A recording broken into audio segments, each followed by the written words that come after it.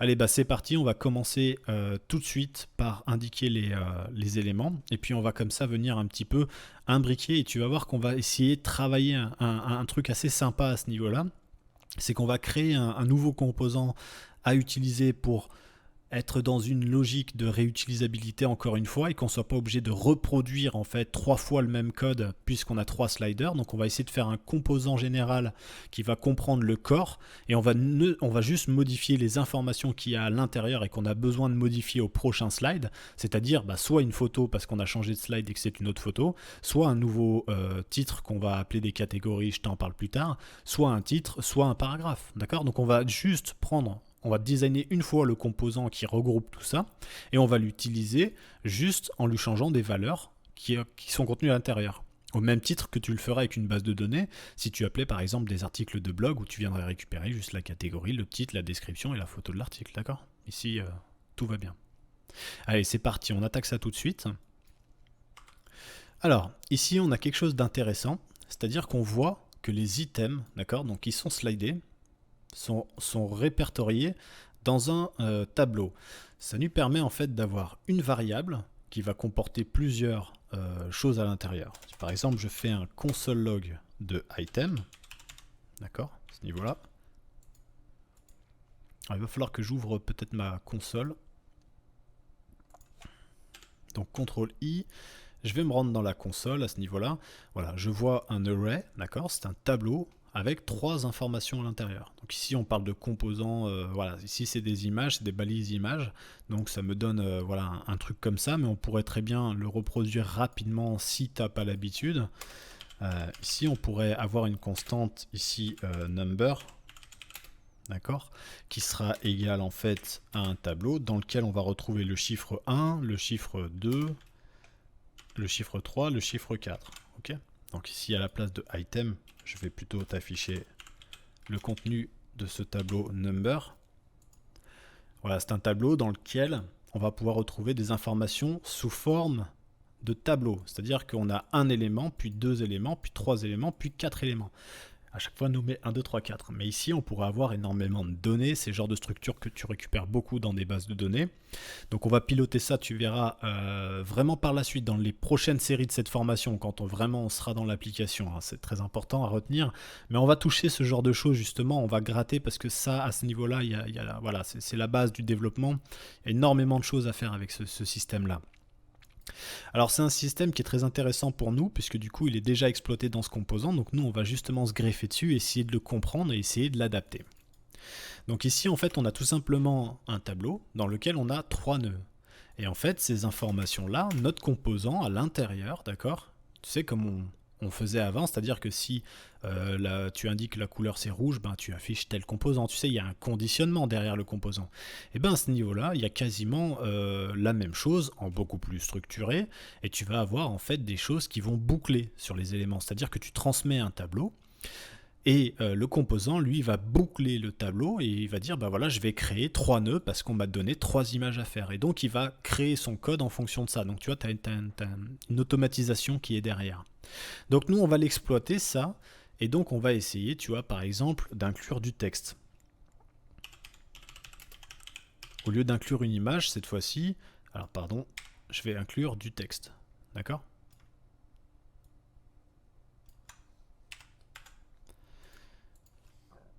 On va voir un petit peu comment ça se comporte. À sauvegarder. Voilà, donc on a quelque chose qui se met en place. Alors, bon, petit problème parce qu'on n'a pas adapté le style, mais on voit bien quand même qu'on a notre texte qui a été mis à l'intérieur. Alors, si on peut mettre une image, donc une balise, et qu'on peut mettre du texte, en réalité, on se rend compte qu'on peut mettre tout ce qu'on veut. Alors, pour la bonne forme, je vais supprimer pour l'instant les 3 nœuds et je vais me concentrer sur seulement un seul nœud. De cette manière, on va dessiner un petit peu le composant et on va comme ça progresser pour ensuite dupliquer notre contenu et adapter ça sur plusieurs slides à la fin de notre exercice. Alors je suis allé peut-être un peu vite en faisant ça, donc je vais revenir en arrière. Ici, on a une notion onDragStart, d'accord, qui fait référence à handle drag start. qui est ni plus ni moins cette fonction-là qui a été exécutée. Donc, comme nous, on supprime l'intégralité de ça, évidemment, handle drag start, c'est quelque chose qu'on n'utilisera plus. Tu vois, c'est pour ça qu'on est comme ça. Donc ici, je vais tout simplement la supprimer pour repartir sur un item stable. À ce niveau-là, on va essayer quelque chose. On va créer une div à l'intérieur, un premier nœud, qui va prendre un background yellow par exemple. Hop, on va prendre ça. On va faire un hateful et on va faire un waitful pour voir quel genre de problème on va avoir à ce niveau-là. Donc on va créer notre nœud comme si on voulait afficher ça en tant que slide, hein, d'accord? Alors ici je vais recharger. On voit qu'à ce niveau-là, on voit rien en fait. On voit qu'il n'a pas pris le hateful, ce fameux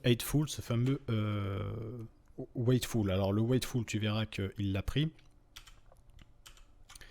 Hop.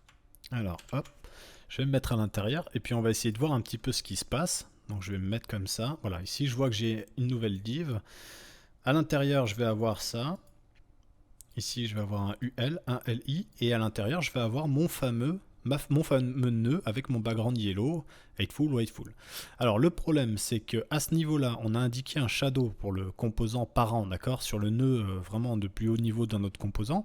On a indiqué une nombre portée, une margin bottom, un 896. Et donc, normalement, notre référence ici, hateful, faisait référence à notre 896. Sauf que notre composant, nous, il nous a introduit, notre nœud, il nous l'a introduit en fonction de certaines choses, certaines classes que le composant lui-même a construit.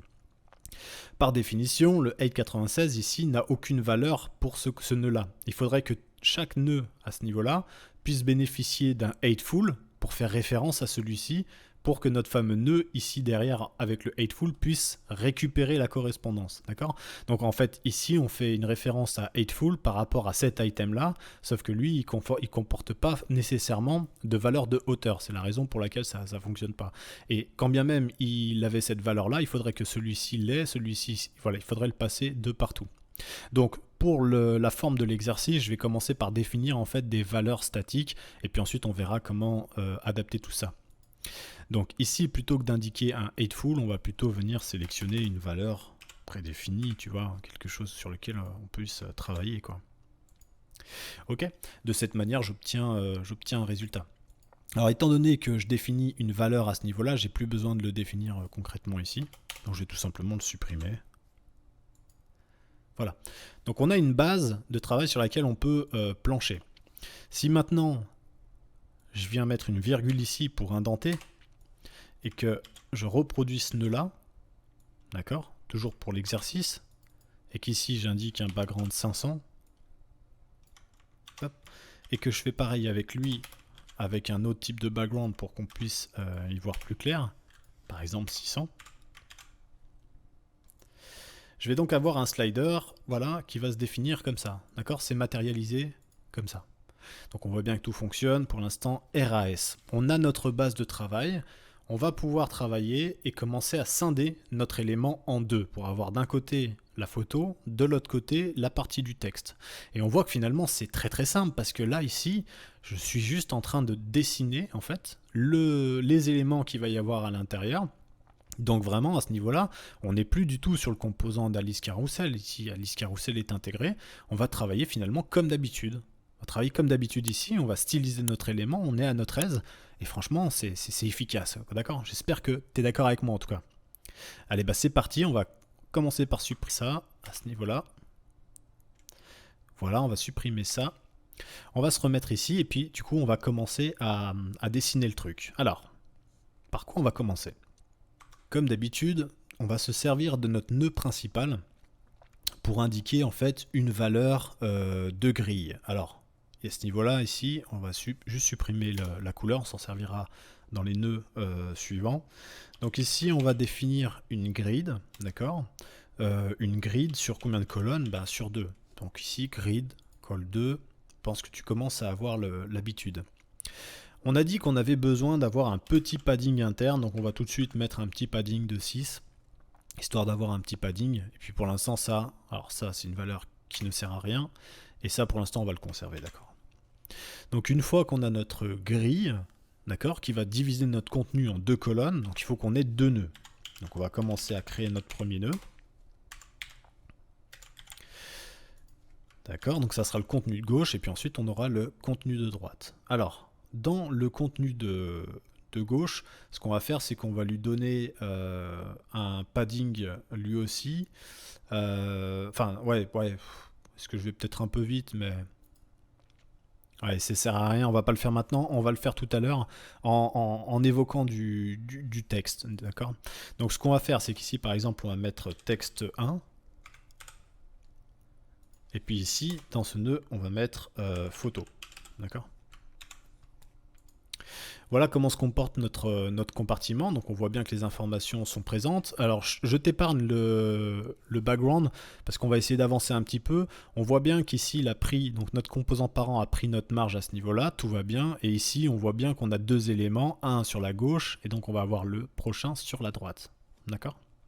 Alors moi, ce que je voudrais te montrer, pour qu'on s'amuse un petit peu, c'est qu'habituellement, on cherche à faire en sorte que justement on répète pas les opérations. Imagine si on étudie vraiment le corps de ce slide avec des grilles, des choses, qu'on vient pointer des composants de titres, parce que je te rappelle qu'on va utiliser des titres à ce niveau-là, des paragraphes, voilà, une photo, donc une balise image. Donc voilà, tu vois, on aura tout un contenu dans ce slider. Alors pour éviter de le prendre et de le modifier 3 fois, enfin de le copier et de le coller 3 fois pour avoir finalement beaucoup de texte à ce niveau-là, surtout beaucoup de scripts pour rien, et puis des choses qui sont difficilement paramétrables, parce que si d'un coup tu te rends compte qu'en fait le texte, faudrait le mettre un plus petit, il va falloir que tu le modifies 3 fois, alors imagine si tu as 25 slides, c'est pas vivable, d'accord? Donc ce qu'on va faire, c'est qu'on va faire un composant de ça, d'accord? Donc habituellement quand on fait un composant, on crée un élément et on l'externalise à notre page. Et ben nous, ce qu'on va faire, c'est exactement la même chose, mais on va rester dans notre page. D'accord? Donc finalement, c'est plus simple pour toi. Mais maintenant que tu as vu comment on était capable d'externaliser les éléments, je voudrais te montrer que c'est possible de le faire en étant au sein de la même page. D'accord? Donc t'inquiète pas, si je t'ai perdu, je vais te rattraper très vite. Allez, ça commence. Alors, pour commencer, qu'est-ce que c'est qu'un composant? On va se rendre dans, allez, par exemple, Element, Button. C'est pas forcément le meilleur. Container, il est tout petit, il me va bien. Allez, on va prendre container parce qu'il est tout petit. Donc ici, on importe React dans ce composant parce qu'on a besoin d'utiliser React. Donc c'est quelque chose qu'on n'aura pas besoin de faire. Ici, on l'exporte par default. Donc on n'aura pas besoin de le faire parce qu'on ne va pas l'exporter étant donné qu'on sera dans le même projet. Et à ce niveau-là, finalement, en fait, on déclare notre composant. On réutilise des informations de propriétés qu'on a envie d'utiliser dans notre composant et ensuite on return quelque chose. Ben, on va faire exactement la même chose, mais tout simplement au niveau de notre page. Donc je vais me sortir un petit peu de mon export default parce que à ce niveau-là, tu vois, on est dans la fonction qui s'appelle event. Moi je vais me mettre à l'extérieur tranquillement et je vais tout simplement déclarer donc une fonction, d'accord, que je vais appeler slide, qu'on pourrait appeler comme on voudrait. On va avoir des propriétés qu'on pourra passer par la suite. Pour l'instant, on s'en occupe pas. On va simplement faire une fonction fléchée comme ça. Et on va créer notre fonction à l'intérieur. Donc, quel va être le but de notre fonction? De return quelque chose. Donc, on va retourner quelque chose. On peut retourner un nœud, par exemple... Par exemple ça. D'accord? Donc le but ultime de cette fonction totalement naze, c'est de nous retourner un paragraphe Hello World. Ok? J'espère que tu me suis. À ce niveau-là, je vais prendre ça et je vais le commenter. Hop. À ce niveau-là, plutôt que de créer un corps, etc., je vais simplement évoquer ce nouveau composant slide qui vient d'être créé. De cette manière, c'est-à-dire comme on a l'habitude de le faire. Slide fait référence à return, donc à paragraphe Hello World. Je vais me rendre sur mon projet, je vois bien que Hello World a été créé. De cette manière, je vais avoir la possibilité très simple et rapide de finalement, plutôt que de return quelque chose de totalement nul, j'espère que tu es d'accord avec moi, on va return ce fameux nœud. D'accord? Allez, on se met des backgrounds, je sais que ça va t'énerver. Hello 400. Bah tiens, on va mettre celui-là en 500. On va mettre un waitful, comme ça on aura de quoi travailler et voir ce qu'on fait. Ok, à ce niveau-là, je vais supprimer ça par contre. je vais recharger. Ok, donc j'ai mon fameux composant avec texte 1, photo. D'accord? Donc on voit qu'à ce niveau-là, j'ai introduit dans mes items un composant qui s'appelle slide. Ok? Donc je pourrais lui mettre des propriétés. Si par exemple, je fais comme on a l'habitude de faire, d'accord? C'est-à-dire jusqu'à présent, on a mis des informations comme par exemple mon texte, ici. Mon texte ici. On récupère cet élément d'habitude via un child one. On a juste à le déclarer à ce niveau-là, comme d'habitude. Ou à utiliser le destructuring qu'on a vu dans la précédente vidéo, où on indiquait constante, par exemple child one, color, etc., égale à props. Tu te rappelles de ça. Ici, on va définir child one, et au lieu de mettre texte 1, on va envoyer child one. Donc on voit bien que le principe est exactement le même. Au lieu d'avoir ce composant-là dans une page extérieure à notre script, on l'a introduit dans notre script. Ici, tout va bien. Et on peut le réutiliser à ce niveau-là. Ce qui va nous permettre, justement, de travailler sur la structure. C'est-à-dire que l'image, ça sera une propriété. Le titre, la catégorie, le paragraphe, ça sera des propriétés qu'on va transmettre. Mais sinon, tout le reste, le corps du composant sera le même, d'accord? On aura toujours la même grille, les mêmes éléments, et donc c'est ce qui va nous permettre de ne pas réutiliser, de réutiliser cet élément-là au sein même de notre page. Comme si par exemple je viens faire un tac slide 2, d'accord? Donc je mets bien une virgule ici parce qu'on est quand même dans un tableau, hein, et il faut séparer les données du tableau par une virgule, d'accord? Voilà, ici rien de très fou, mais voilà, si je mets mon texte ici 2, je vais avoir mon texte ici, et puis la deuxième slide qui a été reproduite à l'identique, qui va obtenir les nouvelles données de ce composant. D'accord? Donc on voit que c'est vraiment cool. Alors je vois qu'il y a un truc qui me gêne en fait, c'est qu'à ce niveau-là, tu vois, quand on a fini le slide, on ne peut plus continuer. Alors il y a une notion à ce niveau-là qui s'appelle infinite, on l'avait dit. Et pourquoi elle ne fonctionne pas? On l'avait supprimée. Ah oui, d'accord, je l'ai enlevée. Ok. Je vais la remettre parce que du coup ça m'énervait. Voilà, donc on a la possibilité comme ça de voir finalement, tu vois, le même composant qui a été joué. Bah voilà, tout l'enjeu à partir de maintenant, ça va être de designer ce composant à la perfection pour qu'il s'adapte à ce qu'on a l'intention de faire ici, mais le gros du boulot a été fait. À ce niveau-là, on a intégré le composant, on a fait des choses pour essayer de faire en sorte que tout soit réutilisable, tu vois, dans le meilleur des mondes, et on a la possibilité comme ça de venir adapter un format qui va être facilement modifiable. D'accord? À ce niveau-là, si tu le fais une fois et que tu le modifies, c'est tous les éléments de ton slide qui vont le prendre. Donc finalement, là j'insiste sur ça, c'est que finalement cet élément de tableau, il représente vraiment ce qu'on peut retrouver dans une base de données. C'est-à-dire qu'à ce niveau-là, item, ça peut très bien être par exemple tous les articles de ton blog. Tu vois? Ou si tu aspires par exemple du contenu en utilisant Gatsby, tiens par exemple, si tu aspires du contenu de WordPress en récupérant tous les articles de blog par l'intermédiaire de l'API de Gatsby, tu vas récupérer comme ça un tableau. Tu vas récupérer un tableau avec toutes les datas des articles. Donc tu auras la possibilité de filtrer par exemple tes articles de blog en fonction de la date, en fonction de plein de critères, des catégories, des choses comme ça. Tu adaptes ton filtre, tu fais tes choses, tu fais tes appels à la base de données. Ça, on y verra dans d'autres chapitres de la formation. Mais une fois que tu auras obtenu ton tableau, il te suffira simplement de l'invoquer dans ton script en tant que, par exemple, item.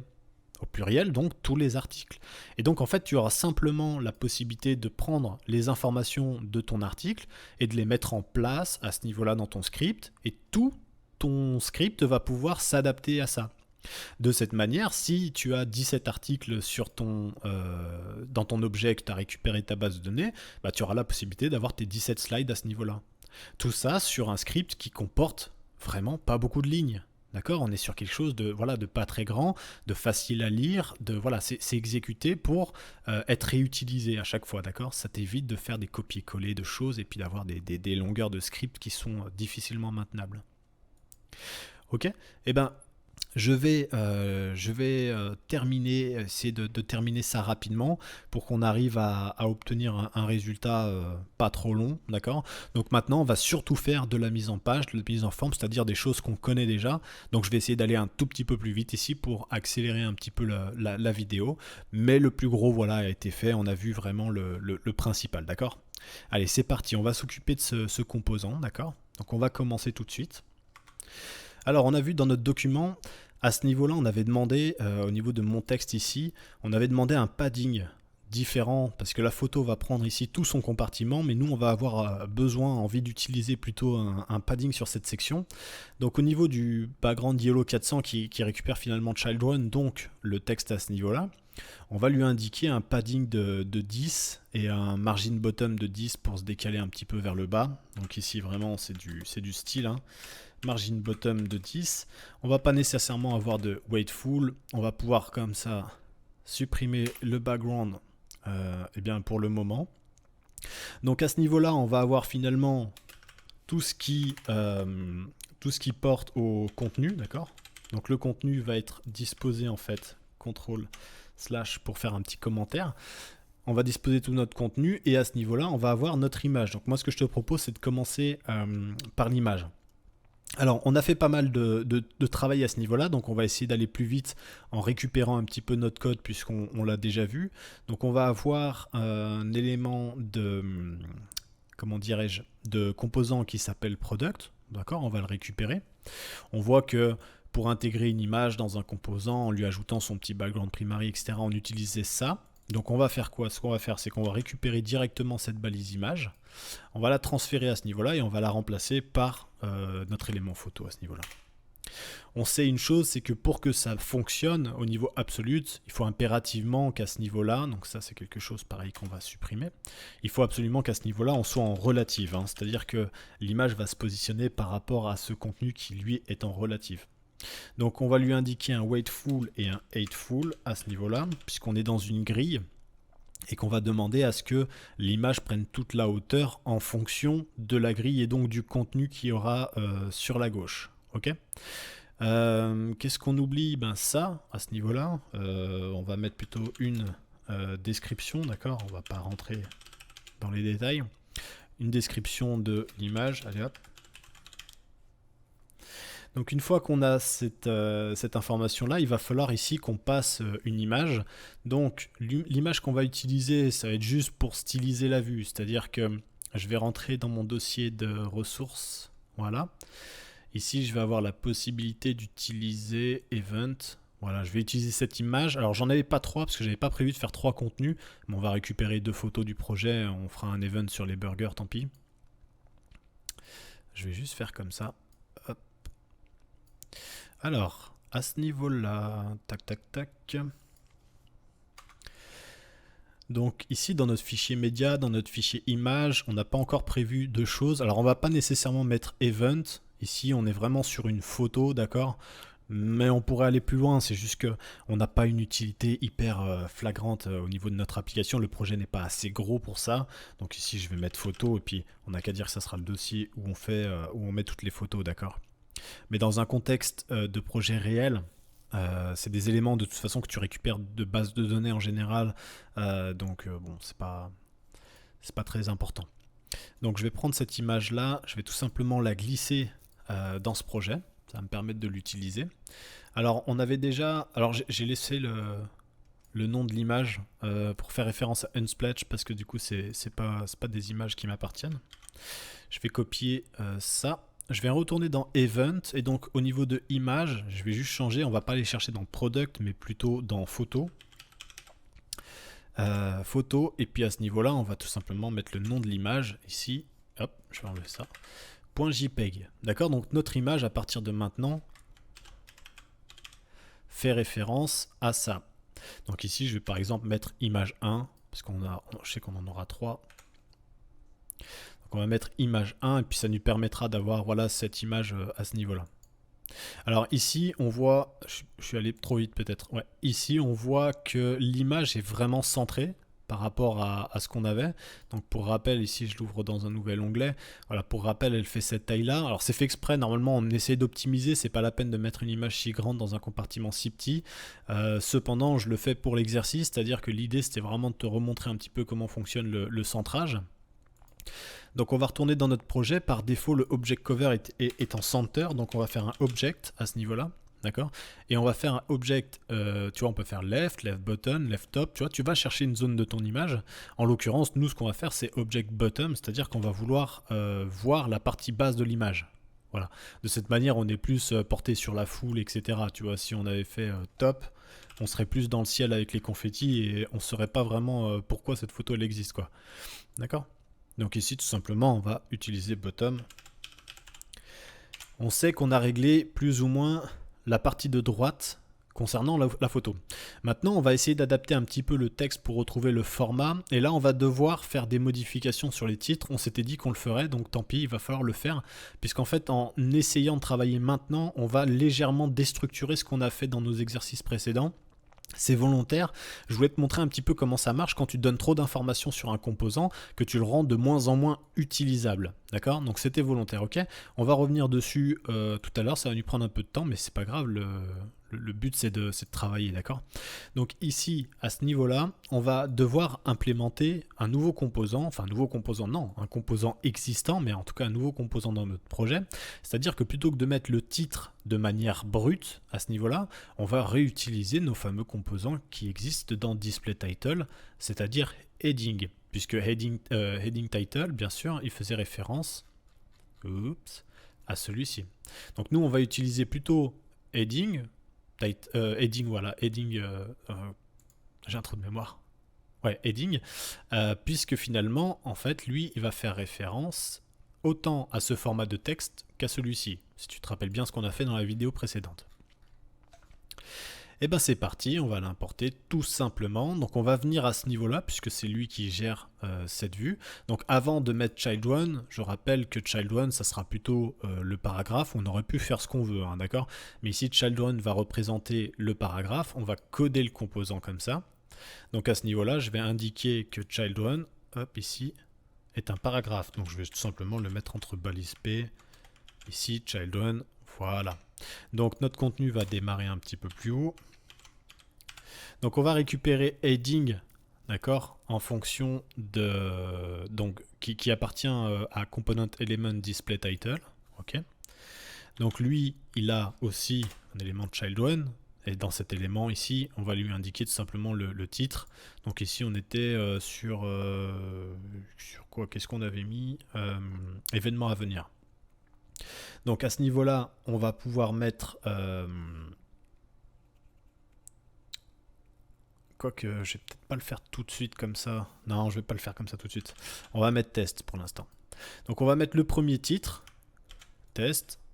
On va mettre le deuxième titre, puisqu'on a un deuxième titre qu'on va appeler test 2. Ok. Alors ici, qu'est-ce qu'il me met? Heading, il l'a pas importé dynamiquement, donc ok, bah, très bien, je vais l'importer.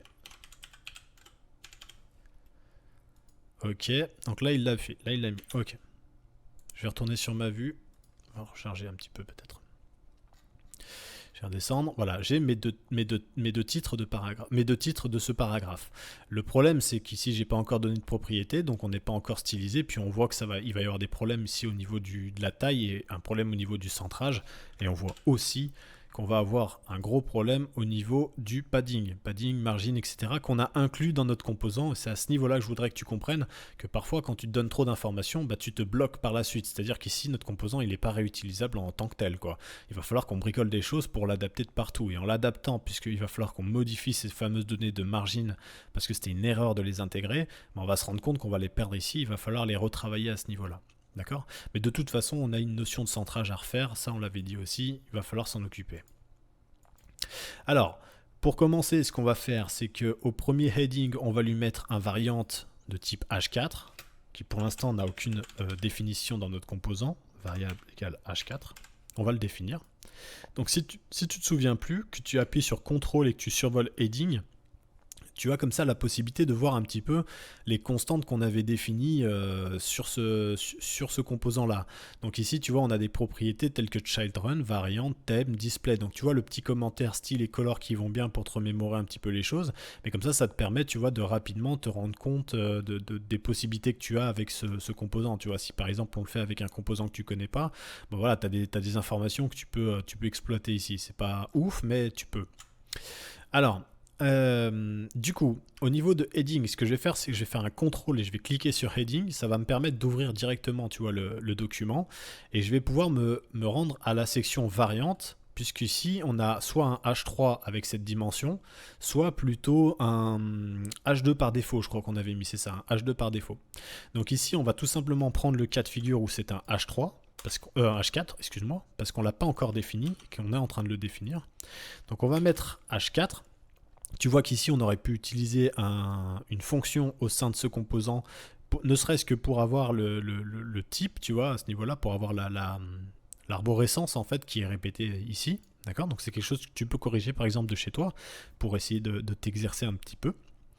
Donc à ce niveau-là, on va plutôt partir sur un H4, et en fait, on va uniquement changer cette valeur-là pour un LG, histoire d'avoir quelque chose de, disons, de plus petit, quoi. D'accord? H3, H4, et puis après, à ce niveau-là, on est soit en 5XL, soit en 3XL, selon la typographie, si tu te rappelles ici, avec la condition ternaire, à ce niveau-là. Ok, bah écoute, ça va nous permettre de pouvoir déjà travailler là-dessus.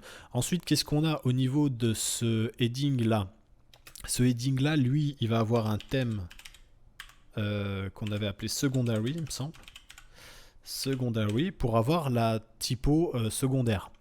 Alors lui, sa variante à lui, ça sera plutôt un H3, parce que le H2, il était vraiment volumineux. Ici, on ne veut pas quelque chose de trop volumineux. D'accord? Donc je vais sauvegarder. Ok, donc j'ai bien les informations, tu vois, à peu près comme je les voulais. C'est simplement qu'au lieu de récupérer les informations, tu vois, de manière brute comme ça, ici, il va falloir qu'on définisse plutôt des propriétés à ce niveau-là. Donc comme on l'a fait avec Childrun. Donc par exemple, ici, pour le slide, on va lui définir une image, on va lui définir une propriété de catégorie, une propriété de title, et donc une propriété d'image. Et ces propriétés-là, on va les récupérer ici pour les injecter dans notre composant. Au même titre que Childrun, d'accord? On fait exactement la même chose. Alors pour faire ça correctement et que ce soit plus lisible, je vais juste m'indenter un petit peu le truc comme ça. Donc on va avoir, on l'a dit, une image. Cette image, elle fera référence donc à image 1. Donc on va lui transmettre image 1, même si on l'a déjà fait ici, mais ça va nous permettre de le revoir. À ce niveau-là, on va avoir ce que j'ai appelé catégorie. Me demande pas pourquoi, s'il te plaît, ça va me gêner.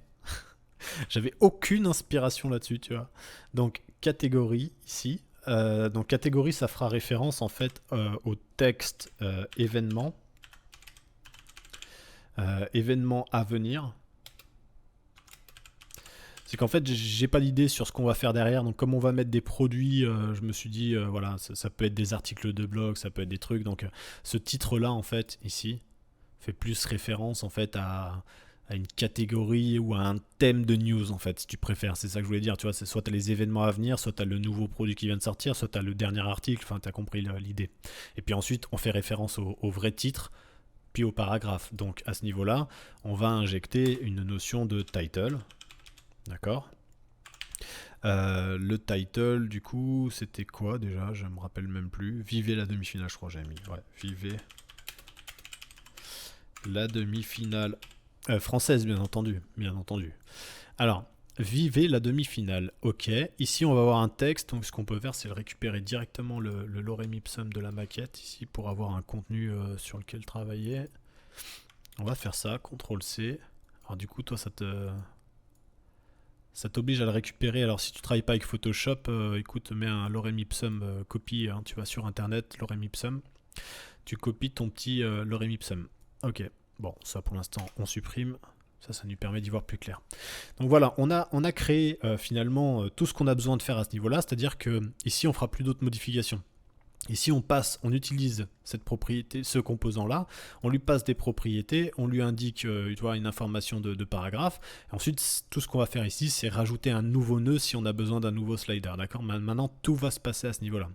Donc, qu'est-ce qui se passe? Ici, on va récupérer catégorie, d'accord, pour l'indiquer dans ce fameux variante ici H4. Donc, on va avoir les catégories qu'il va falloir déclarer, bien sûr. On va avoir donc les catégories qui vont se déplacer ici. Au même titre, on va avoir title, d'accord? Title qui va en fait venir ici. Donc la propriété, tu vois, ça te permet de peut-être mieux visualiser ce qu'on a fait jusqu'à maintenant. Ici, on est dans le même document, c'est ce qu'on a toujours fait de manière différente, mais au final, c'est exactement le même résultat. Mais tu vois, ici, ça te permet de les avoir juxtaposés. C'est peut-être plus simple pour toi de le voir, mais en tout cas, ça te permet vraiment, et c'est l'objectif de la formation, c'est comme ça que j'ai envie de te former du coup tout au long de cette vidéo, cette formation. C'est justement comme ça, c'est de te montrer des cas concrets et te donner les infos au moment où tu en as besoin. C'est le cas ici. Ici, tu vois vraiment ce qu'on fait, tu vois. Donc à ce niveau-là, on a indiqué title, et pour le paragraphe, on a indiqué child run. Bah, ce qu'on va faire, c'est simplement récupérer cette fameuse image, encore une fois en tant que propriété, et en fait, notre fonction utilise la propriété image, d'accord ? Et ce qui est cool, c'est que finalement, tu n'as plus aucune valeur statique ici. C'est que de la valeur variable à ce niveau-là. Du coup, à ce niveau-là, tu peux lui passer n'importe quoi en tant que propriété, il utilisera toujours la même syntaxe. D'accord ? Et ça, c'est plutôt vraiment cool. Ok, je vais sauvegarder. À ce niveau-là, voilà, on est là, on est comme ça. Donc, on a plusieurs choses à faire. La première, c'est de designer tout ce compartiment-là pour avoir quelque chose de ressemblant à ça. Et puis ensuite, on va voir à la fin que, tu vois, ces petits... hop, je me suis gouré de page. Ces petits éléments-là, à ce niveau-là, on voudrait plutôt le mettre ici. Ce que je te propose, c'est de commencer par ça, parce que ça me paraît être le plus intéressant. C'est une blague. Alors, go, on va se rendre dans notre fichier CSS. Quoique je n'étais pas obligé, je pouvais te montrer le truc comme ça. Écoute, je vais revenir ici. Je vais relancer ça. Voilà. Donc je vais me mettre ici à ce niveau-là. Donc on voit que tu vois j'ai un UL, donc Alice Carousel dot, d'accord, donc qui est représenté ici. Ici par exemple, tu vois, je vais lui donner une valeur CSS, position absolue. Ça me permet de tester ça, ce genre de choses, je le fais de temps en temps, ça me permet de tester des choses en live, et puis après quand j'ai trouvé ce qu'il me fallait, ou des fois les petites valeurs que j'ai peaufinées, bah après je copie mon style sur le CSS, tu vois, ça me permet d'aller plus vite. Alors, position absolue, donc tu vois si tu lui donnes un top, par exemple, tu vois c'est comme les images, hein, si tu lui donnes top 0, tu arrives en haut, si tu lui mets un right, tu arrives à droite, quoi, tu vois. Donc nous ici ce qu'on va faire, c'est déjà on va lui définir un bottom. Ok, on va lui définir un left parce qu'on va avoir besoin de se décaler. Tu vois qu'ici on est dans l'angle et nous on est plutôt, tu vois, on est aligné en fait au paragraphe. Donc nous ce qu'on va faire c'est ça en fait, on va le relever un petit peu puis on va l'écarter du bord. Alors qu'est-ce qu'on va faire? Eh ben tu vois si comme tu es en bas, si tu donnes une valeur positive, tu vas monter. Donc à ce niveau-là, combien on pourrait lui mettre 50. 50 c'est pas mal parce qu'en fait ici on va tout remonter le bloc là, il y a trop d'espace. Hein. Left, on va avoir peut-être sûrement besoin d'un peu plus, on va mettre 80. Oups, ça va faire beaucoup là, ouais. Pas abusé là. 60, 65, 60, 63. Allez, ouais. 63, tu vois, ça me permet de faire ce genre de petite manipulation en fait rapide. Donc tu vois, je vais juste copier ces éléments-là. Et puis ces éléments-là, je vais les indiquer dans mon CSS. Donc toujours, tu vois, au niveau de margin carousel dot. D'ailleurs, ça, on peut le supprimer. À ce niveau-là, on va se mettre ici. Hop. Et on va lui mettre le petit style qui va bien. De cette manière, on va sauvegarder. Ici, on va réactualiser parce qu'on a changé les valeurs depuis la console. Donc c'est important de savoir si tout est bien rentré. Tout est bien rentré. Donc voilà, ça nous a permis de faire cette petite tâche. On va peut-être... ouais... Je pense qu'on peut quitter le carrousel, on n'aura plus besoin de revenir dessus. Heading, on va s'en servir. Homepage, non, on n'utilisera plus. Allez, on va conserver Event pour finir cette vidéo. Et on va garder Heading parce qu'on va devoir travailler dessus pour ragencer tout ça. Alors, comme tu le sais, dans Heading, on a donné plusieurs notions. Donc dans la classe par défaut, qui est utilisée de partout dans notre H3, ok, on a indiqué déjà un margin top 5. Effectivement, ce qu'on a, quand on a des titres, on a toujours une marge de 5 en haut. Ça, c'est quelque chose qui va nous emmerder. Donc, on le supprime. On va actualiser. Ici, on voit qu'on a perdu au niveau du titre. Par contre, on voit que c'est pas tout. On a encore des éléments de padding. Alors, vraiment, si tu veux aller chercher en profondeur, moi, j'utilise ça. C'est vraiment radical. Donc, à ce niveau-là, tu vois qu'ici on a un padding haut, un padding bas. D'accord? Si je clique dessus, je vois que j'ai un MY, donc margin top, margin bas, bottom. Donc ici j'ai un margin Y de 5, c'est typiquement quelque chose qu'on va venir supprimer. Donc tu vois, par rapport à notre composant, c'est juste en dessus du nœud H3 ou du nœud HR, quoi, d'accord? Donc au niveau du H, qui est là, d'accord, qu'on retrouve à chaque fois. On a un élément ici, my5. Ça, je vais le supprimer. Je vais le supprimer parce que c'est le genre de notion que je préférais qu'on inclue de manière ponctuelle, puisque du coup ça peut vraisemblablement foutre le bordel. De cette manière, on arrive à avoir quelque chose de cohérent. Par contre, on voit bien que du coup on a déstructuré cette zone-là qu'il va falloir qu'on aère. Idem pour cette partie-là, mais là c'est vraiment quelque chose voilà, de pas très violent. Donc, on se rend compte à ce niveau-là qu'on a un problème. En tout cas, par rapport à la maquette, c'est qu'ici, on a un alignement center. Ça, c'est quelque chose qu'on a défini dans notre maquette. Dans notre composant. Ici, on l'a défini de manière, voilà, par défaut, statique. Ok. Alors, je sais pas pourquoi on avait mis item center. J'ai l'habitude de faire ça parce que des fois, je joue dans les autres axes, mais là, en l'occurrence, on va simplifier et on va utiliser uniquement la valeur qui nous intéresse. Donc ici, on a justify center. Pardon. Voilà. Ici, on a, si je fais pas de conneries, bien sûr, si. On a Justify Center. Donc si je mets Justify Start, qui en soi est une valeur par défaut, il va nous aligner à gauche. C'est la valeur par défaut du texte. D'accord? On a un alignement à gauche. Si je demande un alignement à droite, alors, j'ai oublié de faire la modification sur celui du bas. Donc je reprends, pardon. Si on a un alignement à droite, on va voir qu'on a un alignement à droite. Et du coup, lui aussi maintenant. D'accord? Donc, le seul qui l'a pas, c'est lui, mais c'est parce qu'ici, à ce niveau-là, on était sur un alignement center. Je sais pas si tu te souviens, dans la vidéo précédente, on avait travaillé ça comme ça. Écoute, là je me rappelle plus, j'ai pas envie de perdre 2 heures là-dessus, mais on avait un texte à ligne center, quelque chose comme ça. Text center, on avait mis un text center quelque part. Voilà, item center, justify center. Tu vois, voilà, c'est ça. On avait mis des éléments pour aller centrer tout ce qu'il y avait à l'intérieur de ce contenu-là. Mais on n'avait pas besoin de le faire pour lui parce qu'il était déjà prédéfini dans son composant. Voilà, c'était ça l'idée. Donc c'est pour ça qu'ici, il ne le prend pas en compte. Mais c'est pas grave parce que c'est ce qu'on recherchait justement. Alors, ici, à ce niveau-là, on se rend bien compte qu'il va falloir qu'on joue uniquement sur ce paramètre. D'accord ? Donc si tu demandes un Justify Start, tu es aligné à gauche, sauf que Justify Start, c'est justifié par défaut. Donc nous, on va enlever cette propriété-là, enfin justement, on va la convertir comme étant disons une vraie propriété. Donc on va avoir une propriété, donc ici je vais juste mettre une virgule pour pouvoir passer à une propriété de plus. On va avoir une notion de alignement, d'accord ? Et je vais tout de suite rajouter une notion de class name, ça on l'a vu avec nos boutons, pour justement avoir la possibilité d'injecter comme ça une classe au compte-gouttes quand on en a besoin. D'accord ? Par exemple, typiquement, ça va être des marges en fonction de ce qu'on a besoin de faire ou pas. Donc on aura une notion d'alignement qui va être conditionnée. Donc là, ça va être très simple. On va tout simplement prendre un code existant puisqu'il va se référer vraiment sur la même chose. Donc à ce niveau-là, tu vois, on va utiliser alignement. C'est lui qu'on va étudier. Et on va dire, dans le cas où tu es en center, d'accord, bah ici, tu vois, je veux un justify center. Qu'est-ce qu'on pourrait avoir d'autre? Oui, on peut avoir le write, même si en l'occurrence on ne va pas l'utiliser, mais on peut déjà le définir, comme ça te permet d'avoir quelque chose de carré, quoi. Donc à ce niveau-là, tu vois, si on définit write, dans ce cas-là, alors on voudra plutôt un justify end. Alors ce qu'il va falloir modifier, c'est évidemment la variable qu'on va utiliser, mais quelque chose qu'on n'a pas encore instauré. Et par défaut, on voudra quelque chose comme justify start. Okay, donc par défaut, c'est un alignement à gauche. Si on définit center, on le veut au centre, sinon on le veut à droite. Alors cette valeur-là, on va l'appeler align. Donc on va venir là où on a déclaré nos petites variables. On va déclarer align tout simplement. Et on va remplacer color par align. De cette manière, on va pouvoir utiliser align à la place de justify start.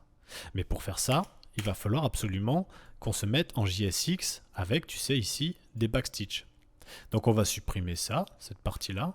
On va supprimer cette partie-là. Donc là, encore une fois, je garde CTRL pour pouvoir travailler sur les trois en même temps. Donc je supprime. Je vais d'abord mettre mes accolades. Ensuite, j'invoque mes deux backstitch. Je me mets au milieu. Je remets mon flex. Et au lieu de faire référence à Justify Center, etc., eh ben, je vais tout simplement aller chercher notre fameuse variable align. Franchement, c'est pas compliqué. On est sur quelque chose de plutôt cool. Si tu sens que t'es pas très à l'aise et peut-être que je vais un petit peu trop vite, j'espère pas parce que vraiment je le fais pour toi, mais si tu sens que ça va trop vite, c'est sûrement que t'es pas encore à l'aise avec le concept. Si t'es pas à l'aise avec le concept, ne cherche pas à gratter trop loin, ne cherche pas à pousser et aller voir d'autres choses. Reviens un peu en arrière. Si tu es à l'aise, ça veut dire que tu me suis, donc on peut continuer. Mais va pas trop vite si tu sens que ça va pas là. Alors, à ce niveau-là, on est sur notre notion d'alignement. Donc, on va retourner dans notre composant event, et quand on fait référence à ce niveau-là au titre, tu vois, on va avoir quelque chose d'aligné à gauche. Si cette fois-ci, je donne une notion d'alignement, comme par exemple alignement, et là je lui indique right, bah, il m'aligne à droite, pardon. Si je lui demande un center, bah, il me fait un center. Tu vois que c'est quand même cool, quoi. Allez, dis-moi que tu y arrives, ça me ferait plaisir. Dis-le en commentaire. Dis-le-moi en commentaire, s'il te plaît, si t'es largué, que je puisse savoir s'il faut améliorer quelque chose peut-être. Alors voilà, à ce niveau-là, tu vois, je récupère très facilement les informations et donc du coup, j'ai un composant que je peux réutiliser. Évidemment, dans un premier temps, ce qu'on veut, c'est un alignement à gauche. C'est plus raisonnable d'avoir cette valeur par défaut. Donc à ce niveau-là, on a un alignement à gauche. Donc on va tout simplement revenir sur ce composant. Ce composant qui s'appelait product. D'accord. Donc ici on fait référence à toujours des délicieux burgers, mais ça c'est le title, on l'a pas changé RAS, mais tu vois à ce niveau-là, on peut lui donner une notion d'alignement center. Alignement égale center. Alors je vais faire un CTRL S, voilà, tu vois qu'on le recentre. Et ce qu'il faut maintenant, c'est lui donner une notion d'espace. Et là on a la class name, d'accord, qui a été définie, mais qu'on n'a pas encore introduit. Donc class name, ici par exemple, je vais lui mettre un MY5 comme c'était à l'origine. Avant de faire ça, pour qu'on voit un résultat, je vais me rendre dans Heading. Il va falloir bien sûr intégrer cette notion de class name qu'on n'utilise pas, tu vois, elle est grisée pour l'instant. Alors cette class name, j'aurais envie de te dire qu'il faudrait la mettre ici, dans la classe par default. Le problème, c'est que tu risques d'avoir à ce niveau-là, classe par default, une classe qui est comprise, qui a été déclarée là, plus une classe qui est dans les propriétés. Ça commence à faire beaucoup. Alors, pour la simplicité et pour la meilleure lisibilité du code, même si c'est un peu redondant, je préfère l'inclure ici. Ce que je veux dire, c'est qu'à ce niveau-là, au moins, on est capable de lire rapidement et facilement qu'on est en train d'évoquer une fameuse classe en plus dans cette class name. Et cette class name, elle fait référence, tu vois, à ça. Voilà, je veux pas trop imbriquer les variables dans des variables, c'est tout. Mais à ce niveau-là, je peux sauvegarder. Et ici, je vois que j'ai récupéré mon espacement. D'accord? Puisque j'ai paramétré. Donc tu vois, ici, c'est hyper important. Si tu avances dans ton projet et que tu te rends compte que tu aurais pu faire mieux, normal. Faut juste que tu reprennes ton code. Au début, ça sert à rien d'être parfait. D'ailleurs, ce qu'on fait ne l'est pas. D'ailleurs, ça ne l'est pour personne. Un code, c'est jamais parfait, ça se perfectionne avec le temps. Il vaut mieux que tu comprennes le concept, que tu poses les bases, que tu avances, que tu montres à ta boîte ou à ton client que tu avances. Et petit à petit, tu viens procéder comme ça par des ajustements. Le mieux, c'est carrément d'avoir un contrat de maintenance avec ton client et tu lui dis, bah voilà, pourtant, si tu bosses en freelance par exemple, tu lui dis, bah voilà, pourtant, je te fais le projet web. Par contre, derrière, je te propose un support tous les mois, voilà, un jour, 2 jours, et tu factures 1 ou 2 jours par mois. Ça te permet en plus d'avoir une récurrence au niveau de ton chiffre d'affaires. Et tu dis, voilà, on travaille 1 ou 2 jours, je te fais du référencement, je te fais de l'optimisation. Moi, c'est ce que je fais avec mes clients, ça marche très bien. Je pigeonne personne, attention, je travaille dessus. Et de temps en temps, bah, je fais de la maintenance, on fait des tests unitaires, on met des trucs en pratique, on fait des améliorations, et petit à petit, on vient chercher la perfection, tu vois, dans le code, on vient le peaufiner. C'est des choses qui sont invisibles presque à l'œil nu, en fait, c'est juste pour que le code soit bien maintenu, mais ça te permet de revenir sur ton code. Et ce que je veux te montrer, ce que je veux te prouver ici, c'est que les choses sont facilement maintenables. Si tu les as mal pensées dès le départ, et ça sera souvent le cas, et moi le premier, bah tu reviens dessus et tu rajoutes des paramètres, tu recorriges. Alors évidemment, si tu as ça sur toute une application et que tu as mis des margines et des paddings de partout, bon, tu es un peu dans la merde, mais ça te permet de comprendre qu'il y a des notions qu'il faut surtout faire attention dès le départ. C'est pour ça qu'on le traite au cœur du projet, au moment de le démarrer. Alors, on va avoir un petit problème au niveau de product, ça va être au niveau du heading qui va suivre, c'est-à-dire, si je ne me trompe pas, celui-là à qui je vais donner un class name. Donc lui, c'est le nom du produit, hein, pour mémoire. Ici, je vais lui mettre un MY5. Voilà, tu vois que ça a fonctionné ici. Et comme, pardon, excuse-moi, comme on réutilise pas, tu vois, comme ici, un élément de fonction, etc., dans lequel on reprend le corps, tu vois qu'on a fait une modification et qu'il faut la faire 3 fois. Voilà, là tu ressens bien le problème. Là.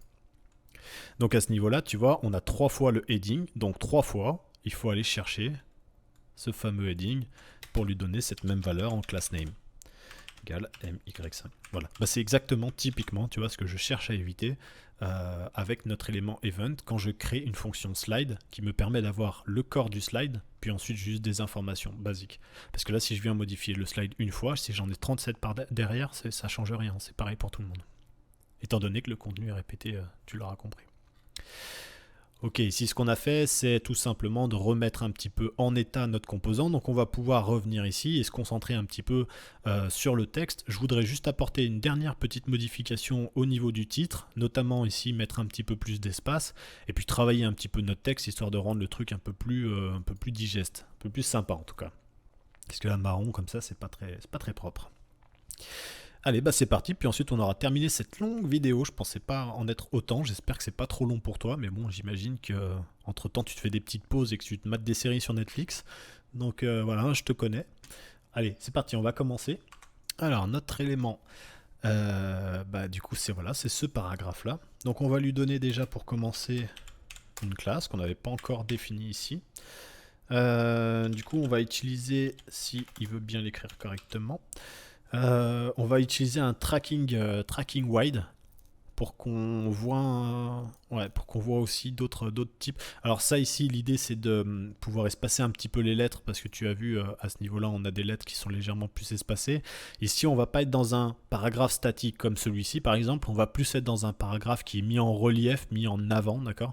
Donc on va le styliser un petit peu, tu vois, histoire de faire une démarcation. Donc ici, on va utiliser plutôt un texte LG parce qu'on voit que le texte est légèrement plus grand. Ouais, on peut utiliser un leading, on va prendre un relaxed. Alors, leading relaxed, c'est comment dire, un lineate, j'avais perdu le nom. C'est un lineate, donc l'idée en fait c'est de mettre de l'espace entre chaque ligne. Donc encore une fois, tu peux te référer à Tailwind hein, si tu veux en savoir plus. Mais ici, c'est pas très compliqué. Ensuite, on va indiquer un font light pour avoir quelque chose de plus léger. Et puis, on va changer la couleur qui, par défaut, est marron, donc le marron de notre couleur secondaire. Ici, on va plutôt aller chercher un text gray 800. Alors, ça ne sera pas exactement comme on a sur la maquette, mais tu as compris que l'idée, si tu voulais aller dans le détail, tu pouvais paramétrer les choses. Moi, je t'encourage justement à essayer de le faire. Voilà, ça nous permet d'avoir quelque chose comme ça. Je suis pas sûr. Attends, j'ai l'impression qu'il y a un petit problème avec le lineate pour le coup. Je me suis gouré quelque part là. Ah oui. Ah oui, bah alors tu vois, ah bah très bien. Ah bah tiens, on va voir ce genre de petits problèmes. Ici, on est typiquement dans une surcharge, c'est-à-dire qu'on lui demande ici de faire un lineate. Alors, je me rappelle plus la valeur. Il faudra retourner dans le code pour voir ça. Ici, on lui demande de faire un 1,625. Alors qu'en fait, il y a une classe qui est définie par notre carrousel, Alice carousel underscore stash item, etc. Ça, à ce niveau-là, tu vois, il indique par définition que le lineate doit être à l'initiale. Ça, c'est typiquement une valeur qu'on peut supprimer de notre CSS qui va en fait nous embêter. Je vais faire un CTRL-C sur cette règle, et puis je vais rentrer dans mon projet. Bah, du coup, je vais re-rentrer dans le carousel CSS qu'on avait fermé. Je vais rechercher ça, CTRL-F. Voilà, et je trouve la ligne ici, ligne que je vais commenter parce qu'en fait elle me gêne ici, en fait, clairement. Donc je vais pas la garder. Voilà, tu vois, j'ai un lineate plus cohérent par rapport à ce que je voulais en tout cas. Voilà, ici tu vois, maintenant j'ai le leading relaxed de Tailwind qui s'est mis en place. Parfois ça arrive, tu as des CSS qui rentrent en conflit, il faut pouvoir s'adapter. Le mieux c'est vraiment d'inspecter les éléments, ça va beaucoup plus vite. Allez, bah écoute, on a bientôt terminé. On va mettre un petit peu de padding sous ce viver la demi-finale. Et puis, ben, écoute, ma foi, on sera pas mal pour cet exercice-là. On aura encore une fois vu énormément de choses. Qu'est-ce qu'on va définir comme... où est-ce qu'on va la mettre? Écoute, on va utiliser la classe, la propriété class name ici. ici, et on va faire un margin bottom 5.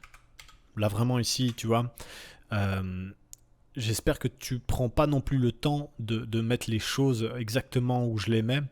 À ce niveau-là, tu vois, on a beaucoup de possibilités en réalité. Comme je te l'ai dit, il n'y a pas de... Voilà, il y a plusieurs façons d'arriver à Rome en réalité, hein. Mais là, je te mets un class name, je le passe en propriété dans le heading au niveau à ce niveau-là, et je mets un margin bottom 5. Tu mettais un margin top 5 à ce niveau-là, ça marchait aussi, attention. Donc voilà, n'hésite pas à prendre les choses en main, n'hésite pas à perfectionner un petit peu l'interface pour essayer de jouer et travailler avec les éléments. C'est plutôt une bonne chose à faire, ça. Là, je me rends compte qu'on a un problème au niveau de la photo. Bon, déjà, ce qu'on va faire, c'est qu'on va supprimer ça, le 896, parce que ça va nous embêter. Voilà. Voilà, normalement, il le prend en compte, le padding. Voilà, comme ça nous permet de créer un peu plus d'espace ici. Voilà, ça nous permet de créer un peu plus d'espace ici. Le fait de définir en fait une hauteur ici te plombe en fait, hein. Maintenant qu'on a du contenu, voilà, il faut que je pense à chaque fois à enlever les éléments. Ça m'arrive souvent de me faire chier avec ça. Ok, bah écoute, on est pas mal. On va du coup maintenant ajouter un troisième contenu. Donc là, ça va être très simple parce que maintenant qu'on a travaillé sur tout ça, on va pouvoir paramétrer plusieurs slides, d'accord? Donc on va venir faire une petite virgule pour séparer les éléments. Ok, on va se reculer un peu pour s'indenter propre. Pareil, donc on va recommencer. On va se mettre ici. Pas pourquoi il me met ça à chaque fois. Voilà, donc à ce niveau-là, ce qu'on peut faire, c'est qu'on va importer deux images. Donc celle-là, on va l'appeler image 2. Celle-là, on va l'appeler image 3. Ah, ça n'a pas marché. Au niveau des images, on va pas trop se prendre la tête, on va simplement aller récupérer des éléments qu'on a déjà. Ça nous évitera de trop chercher et puis de perdre du temps. Donc au niveau des products, tu vois, on va utiliser par exemple à ce niveau-là, donc on va revenir dans product plutôt. Product, et puis ici on va aller chercher product 1, tu vois. Donc c'était hop, avec une majuscule, product 1.jpg. Et puis ici, du coup on aura la même chose, je vais le copier. Hop. On va se mettre là. Et du coup on va pouvoir modifier que ça, product 2. Et donc au niveau des composants, on va passer image 2, ici image 3. Ça en fait c'est histoire d'avoir du contenu et de voir un petit peu le slide fonctionner, hein. Donc ici je sais pas, on peut mettre n'importe quoi comme news, on va mettre nouveau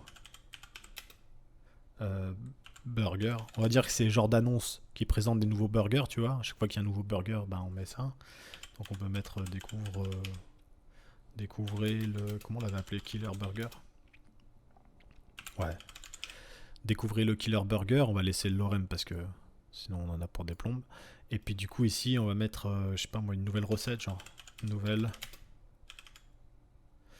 recette. Ok. Au niveau du titre, ici on va mettre un burger végétarien, tiens.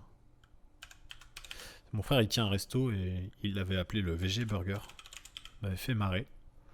J'avais bien aimé. Le VG Burger arrive, tiens. Burger végétarien. C'est cool ça.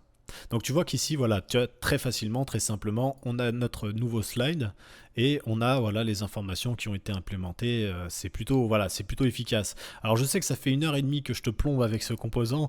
J'espère que ça t'embête pas trop. Moi je fais au mieux, mais j'improvise surtout, d'accord. Donc des fois je prends trop le temps d'expliquer des choses et peut-être que des choses que tu n'as pas besoin nécessairement de savoir, mais peut-être que d'autres en ont besoin, donc tu vois, c'est un peu dur pour moi, mais c'est pas grave, on avance. En tout cas, on a un super slider qui a été, bien intégré dans le projet. C'est plutôt ressemblant.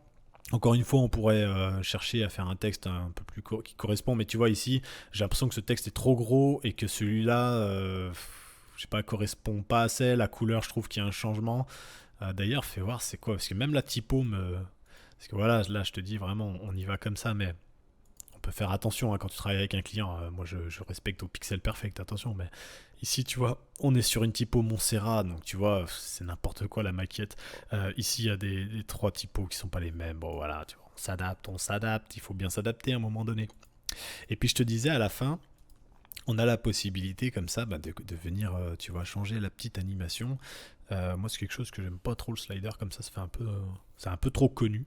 Donc tu vois, par exemple, ici, on a animation type, donc c'est une propriété qui nous permet d'injecter soit slider, mais par définition, soit donc par défaut, soit on utilise plutôt fade out. Donc ici, c'est ce qu'on va faire. On va rajouter cette petite animation au niveau de notre composant. Ici, on va remettre l'autoplay. On va remettre notre intervalle parce que sinon ça va cavaler. Et puis ici, on va mettre notre petite animation type. Donc du coup, on a quelque chose qui est un petit peu plus sympa à mon sens. C'est-à-dire, tu vois, c'est quelque chose qui est un peu plus cool, tu vois. Et puis tu as quelque chose qui dynamiquement va venir se changer. Alors là, c'est un petit peu exagéré quand même. Le délai, voilà, ça me plaît mieux. Donc voilà, on a fini notre composant. Donc ici, on a revu vraiment. Alors, on a vu pas mal de choses, hein. C'est-à-dire que au niveau des composants, tu vois, ça va te soulager de savoir qu'on peut réutiliser des choses. Faut savoir que toi, tu peux en créer aussi. Donc, si tu commences à manier un petit peu et que tu as envie de bosser sur un composant. Tu peux tout à fait faire ce genre de choses toi aussi, c'est vraiment faisable au bout d'un moment quand tu commences à acquérir du niveau. Il faut avoir du temps par contre, parce qu'après faut le maintenir, hein. C'est-à-dire que derrière, voilà, il y a une maintenance, c'est mis à jour, tu vois, il y a des versionnings, etc. Mais bon voilà, c'est des choses qui peuvent être assez intéressantes à faire si tu veux te faire remarquer au niveau de ton profil. C'est toujours apprécié. Moi, je le fais pas. J'ai pas le temps de le faire et j'aimerais le faire. Donc peut-être qu'un jour, je ferai mon propre composant et ça sera une réussite. Je serai content de l'avoir fait. Donc tu vois qu'ici, c'est des choses qui sont intéressantes parce que du coup, tu crées des documentations, t'expliques un petit peu aux gens comment ça fonctionne. Mais finalement, tu te rends compte que, tu vois, c'est codé simple pour que ce soit facilement réutilisable. Et tu l'as vu, on a paramétré ultra rapidement le composant. Donc imagine que tu bosses sur ton composant de titre et que tu me le fournisses. Bah voilà, j'aimerais avoir la même simplicité de gestion, pouvoir importer ton titre et puis pouvoir lui mettre rapidement des propriétés pour tout de suite avoir un résultat au niveau de mon application. C'est ça que je demande. Et ben toi, tu bosses de la même façon et tu peux le faire pour toi-même. C'est-à-dire que tu vois, par exemple, ici on a fait un composant slider. Bah, tu peux très bien externaliser ce composant dans ta propre bibliothèque, dans un projet que tu auras mis dans ton ordinateur et dans des dossiers. Et tu vas de cette manière retrouver des boutons, retrouver des titres, retrouver des images. Et à force de travailler, tu vas te constituer ta propre librairie que tu pourras réutiliser dans différents projets. Je ne sais pas si tu as vu l'approche qu'on a avec Tailwind. Mais l'idée ici, c'est de partir de from scratch et de reproduire quelque chose. Ce qui signifie que les composants qu'on intègre, on les intègre de manière à pouvoir être customisés à 300%. Donc ici, tu es sur quelque chose, voilà, c'est pas parce que tu vas récupérer cet élément rapidement de ta librairie qui va ressembler à la même chose sur un autre projet, sur un de tes clients ou sur un autre projet de travail, tout simplement. C'est quelque chose que tu vas venir adapter au niveau du style, parce que le code, ça sert à rien de le changer 36 fois. Si ça fonctionne bien correctement et que ça fait le travail, tu peux le réutiliser simplement, il n'y a aucun problème. Le seul truc qu'il va falloir que tu fasses, c'est l'adapter à ton code. Donc si tu as un composant réutilisable que tu peux carrément exporter de projet à projet, le temps que tu perds aujourd'hui à mettre en place ce genre de choses, tu le gagnes demain. Typiquement ici, c'est pour ça que je t'indique dans la formation que l'objectif c'est de faire des vidéos rentables. Bien sûr, la formation elle est rentable. Bien sûr, non seulement tu apprends des données qui vont te permettre d'aller vite à l'essentiel et j'espère que ça fonctionne pour toi parce que c'est vraiment l'objectif, mais derrière, tout ce qu'on est en train de faire, tu peux le réutiliser, mais x20 même. Donc du coup, tu as un niveau de rentabilité qui est extrême en termes de temps, tu y gagnes vraiment. Donc voilà, ça te permet de voir un petit peu comment est-ce qu'on boucle les choses de manière à pouvoir les réutiliser encore une fois. Et puis bah voilà, dans la prochaine vidéo, on va commencer un petit peu à travailler là-dessus et tu verras qu'ici c'est pareil, on va utiliser des champs de formulaire qu'on pourra réutiliser dans l'application. Voilà, je te laisse sur cette vidéo qui était ultra longue, je pense qu'il n'y en aura pas des aussi longues, donc on s'accroche pour la suite. On va utiliser le temps qui nous reste pour travailler sur ça, puis sur ce module-là, et puis ensuite on passera aux notions de responsive, et puis on verra par la suite comment on déploie notre projet sur un serveur pour l'héberger tout simplement et l'afficher sur le web. Et bah allez, je te dis à bientôt, travaille dur parce que c'est important, et puis je te dis à tout de suite dans le prochain chapitre. Salut!